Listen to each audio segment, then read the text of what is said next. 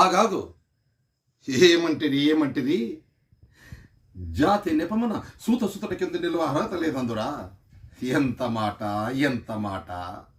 ఇది క్షాత్ర పరీక్షయే కాని క్షత్రియ పరీక్ష కాదే. కాకూడదు, ఇది కుల పరీక్ష ఎందువా. నీ తండ్రి భరద్వాజుని జన్మమెట్టిది. అతి జుగుప్సాకరమైన నీ సంభవం ఎట్టిది. మట్టి కుండలో పుట్టిదివి కదా, నీది ఏ కులం. అంత ఎలా అస్మత్ పితామహుడు కురకుల వృద్ధుడైన ఈ శాంతనుడు శివసముద్ర భార్యకు గంగా గర్భమున జనించలేదా, ఆయనదే కులం. నాతో చెప్పించదరేలయ్యా. మా వంశంలో మూల పురుషుడైన వశిష్ఠుడు దేవవేశ్యకు ఊర్వశీ పుత్రుడు కాడా.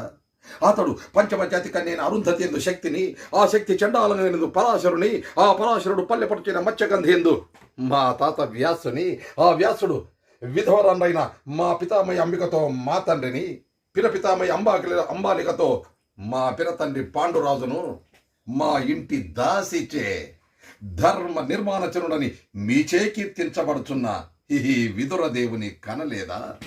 ఇటుల క్షేత్రబీజ ప్రాధాన్యములతో సంకరమైన మా కురువంశము